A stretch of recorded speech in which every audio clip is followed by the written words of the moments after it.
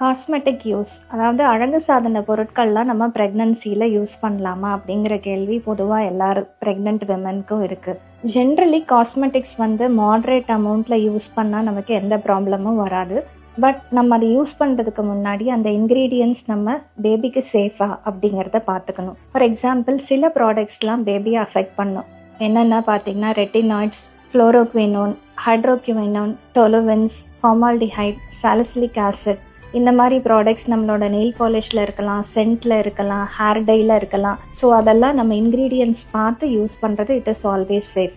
So அப்போ எனக்கு இதை யூஸ் பண்ணி பழக்கம் இருக்குது டாக்டர், அப்போ நான் என்ன செய்யறது அப்படின்னு பார்த்தீங்கன்னா, பிளான்ட் பேஸ்டு சன்ஸ்க்ரீன்ஸ் நம்ம யூஸ் பண்ணலாம், மைல்டு மாய்ஸ்சரைசர் யூஸ் பண்ணலாம்.